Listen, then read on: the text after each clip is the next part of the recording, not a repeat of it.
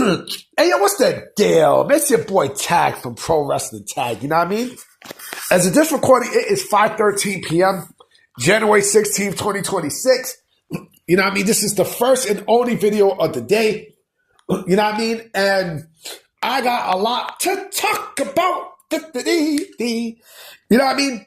So, I did watch the premiere of TNA on AMC, right? And I gotta say, I gotta be brutally honest with you. They did a horrible first impression. It was a horrible first impression because, you would think that them being live on a big network like AMC, they would improve all kinds of stuff, right? But boy, was I wrong. Boy, was I wrong. There was nothing in that show, with the exception of the Mike Santana, Frankie Kazarian match, that really stood out. First off, they wasted AJ Styles' appearance. Like, he did nothing on that show. He did absolutely nothing. Yeah, he was there in the beginning and such, and he went to the back to speak to Frankie and speak to Mike, but he did nothing.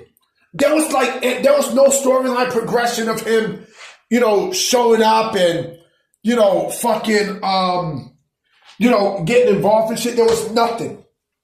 There was absolutely nothing. Okay? And then,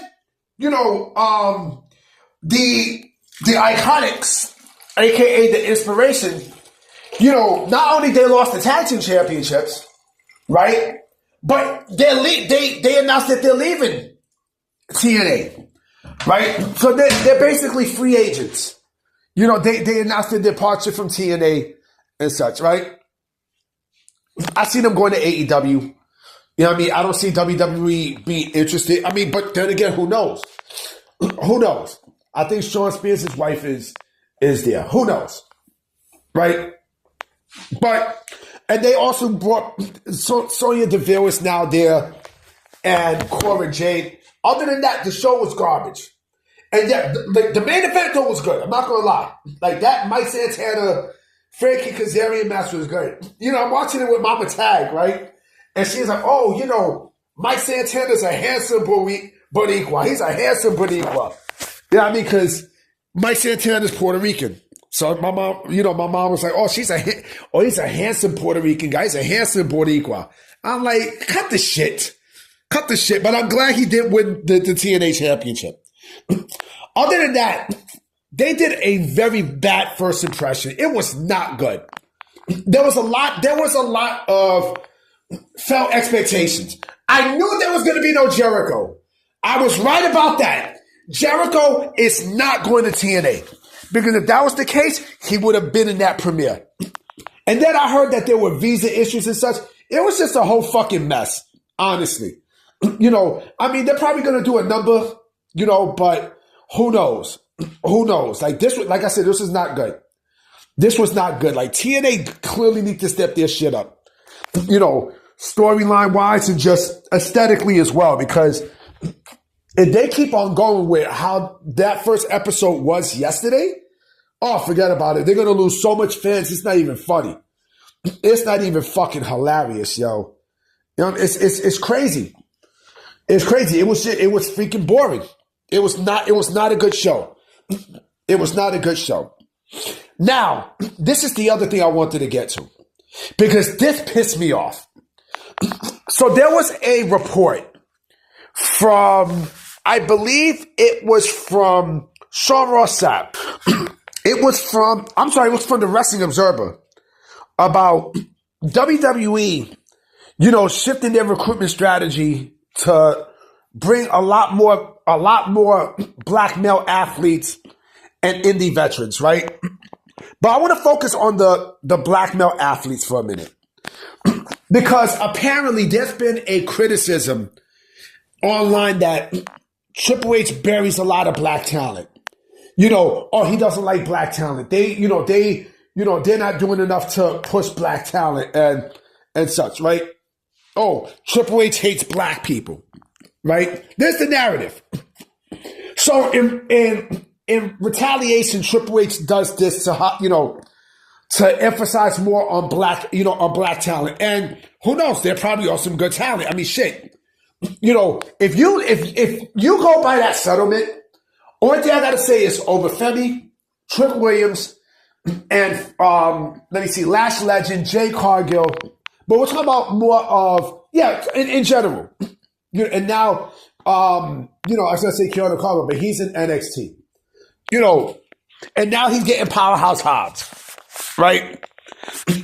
My thing is this. Triple H should not have to do no bullshit like this. You know why?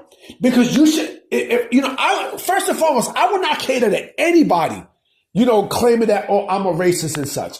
Fuck y'all. Fuck y'all. If you think that, I'm going to go and hire a group, a race of people, because you want me to hire them, get the fuck out of here. You know what I mean? Everyone, it doesn't matter what color you are, is talented, right? You can be black, white, Chinese, Hispanic, or whatever, right? You're gonna get talent from all angles, right? You're gonna get from all angles. Fucking Montez Ford, Bianca Belair, fucking Trinity. So they say, Triple H say, you know what? Fuck it. Let's hire more black people for the PC. Let's hire more black people for the PC. Good. Because talent is talent no matter what race. It doesn't matter what race. Do I think it's a good thing? Yeah, I do think it's a good thing. But I personally think if you guys don't like my opinion, you can kiss my ass. You can kiss my Puerto Rican ass. The thing that I have a problem is that he acknowledged this. You know what I mean? He acknowledged this. Because you're always gonna have talent no matter what. No matter what. You know what I'm saying? It's almost like he kind of caved into the naysayers and, the people complaining online and things like that. Right? I see a lot of different black wrestling podcasts who, it's good to hype your own. Of course, it's good to hype your own. But let's be realistic. Okay? Let's be very fucking realistic. There are some people who you hype that when they get in the ring, you know what I mean? Some are not talented. Some are okay. Some have good looks. But good looks in wrestling, right? It's one dimensional. Again, you gotta talk. You gotta learn to talk. You gotta learn to move. You gotta learn to do all these things. Right? And to say that, you're gonna have that in every black wrestler is bullshit. It's bullshit. It's bullshit. I like Swerve. I think Swerve is great. You know what I'm saying? I think Swerve is a great athlete. I think Javon Evans is fucking great. You know what I mean? I think, people like Trick and Obafemi, I think they're all fucking talented. Right? They're all talented, but none of these people, right? Especially now, none of these people are going to, but in the next few years, I could be wrong, right? For someone like Oba and Trick. But let's keep it real, okay? Not everyone is going to be a Steve Austin or a Rock, or better yet, a John Cena. Not everyone is going to be that. So to sit there and say, well, almost every wrestler from a specific race is better than this race is bullshit. It is complete bullshit. It's bullshit. You know what I mean? And listen, I'm also part of the BIPOC community. You know what I mean? I support strongly, my BIPOC brothers and sisters, of course. So I'm fucking Puerto Rican for Christ's sakes. You know what I mean? I'm a Puerto Rican from Brooklyn, man. You know what I mean? So yeah, I have to support. But don't sit there and bullshit and say, oh, well, they're not doing enough to bring in all these minorities and such and blah, blah, blah, blah, blah. Because if that was the case, you definitely would not have black people on the roster. You definitely would not have black people on the roster if that's the fucking case. So I am disappointed that he did unfortunately caved in and stuff. But fuck it. And you know what? If he can get some good talent from that crop, because I believe there are. I definitely believe there are. If he could, he's going to take full-fledged advantage of it. You know. Anyway, guys, I'm about to be out. You know what I mean? I'm about to charge my phone. You know what I'm saying? I'm going to be watching SmackDown. You know what I'm saying? So I'm going to holler at y'all. Well, it's on at 8, but, I'm going to do my walking shit. So I'm going to holler at y'all.